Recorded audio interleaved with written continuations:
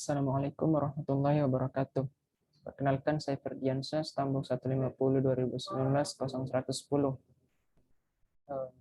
Akan membawakan materi identifikasi senyawa hasil sintesis mata kuliah kimia organik sintesis. Baik, langsung saja kita mulai masuk ke materi.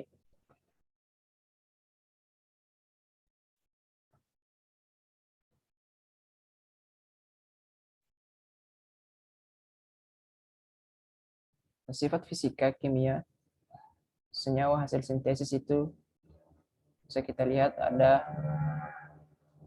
titik lebur, indeks bias, massa jenis dan bobot jenis, panjang gelombang max, dan lain-lain.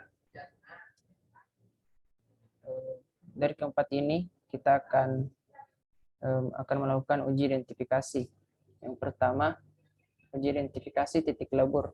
Titik lebur itu sama juga dengan titik beku, di mana suhu wujud padat dan cair dari suatu zat berada pada tingkat yang sama.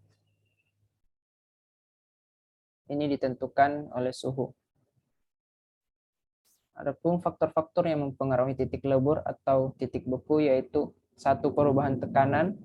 Makin besar tekanan yang diberikan, maka titik lebur makin turun.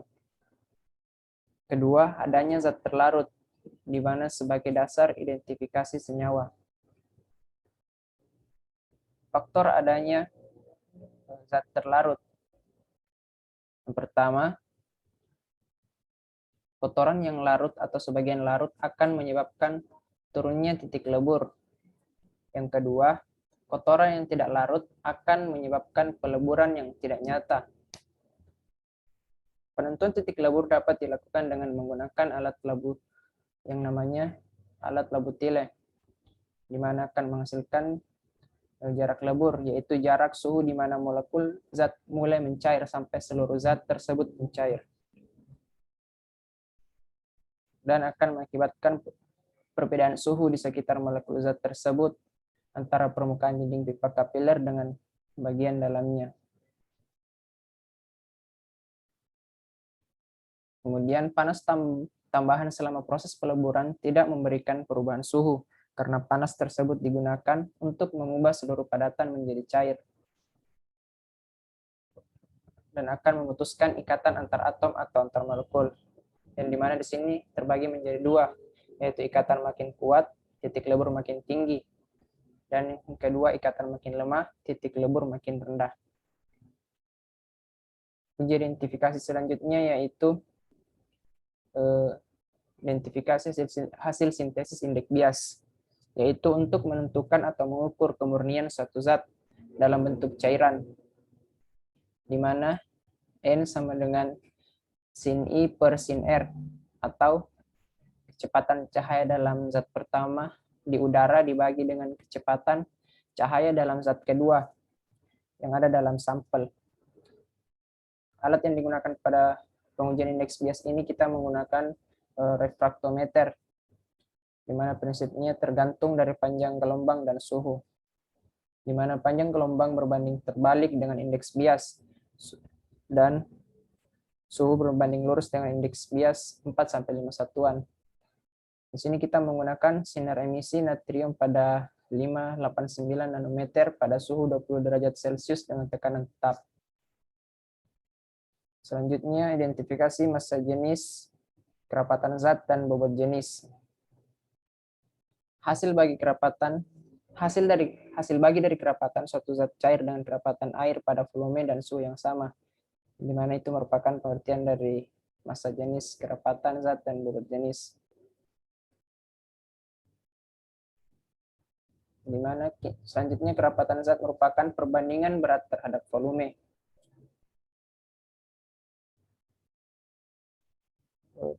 Alat yang digunakan yaitu berupa piknometer, yaitu untuk menentukan atau mengukur kemurnian suatu zat cair atau padatan atau identifikasi. Yang pertama, untuk zat cair, kerapatan diukur secara langsung dengan mengukur berat dan volumenya dengan menggunakan piknometer. Yang kedua, untuk partikel padatan. Ini merupakan hal yang sulit karena partikel padatan mempunyai retakan-retakan pori-pori dalam ruang-ruang kapiler, sehingga muncullah istilah kerapatan sebenarnya, kerapatan granul, dan kerapatan bulk. Di mana kerapatan sebenarnya adalah kerapatan yang tidak termasuk pori-pori dan rongga-rongga. Kemudian kerapatan granul adalah kerapatan termasuk dengan pori-pori partikel, di mana cairan atau gas yang digunakan dalam pengukurannya digunakan air raksa karena tidak berpenetrasi ke dalam pori-pori partikel. Dan kerapatan bulk adalah massa suatu serbuk dibagi dengan volume bulk. Selanjutnya, identifikasi panjang gelombang maksimum. Di sini kita menggunakan alat spektrofotometer UV vis, di mana bekerja dengan cara interaksi atom atau molekul dengan radiasi elektromagnetik atau REM, khususnya UV vis, di mana transisi elektron antar dua tingkat energi elektron pada molekul tersebut. Adapun mekanisme terbentuknya panjang gelombang maksimum, di mana lingkungan elektron yang berbeda dalam satu molekul akan mempengaruhi derajat interaksi antara orbital atau sistem kromoformnya berbeda dan tingkat energinya yang berbeda. Kemudian, makin lemah suatu ikatan, makin mudah terjadi transisi. Selanjutnya, energi yang dibutuhkan untuk transisi makin kecil, maka absorpsi terjadi pada panjang gelombang yang lebih besar. Sehingga panjang gelombang berbanding terbalik dengan energi. Dan sampai hingga terjadi terbentuknya panjang gelombang maksimum. Itulah tadi penjelasan materi terkait hasil identifikasi senyawa.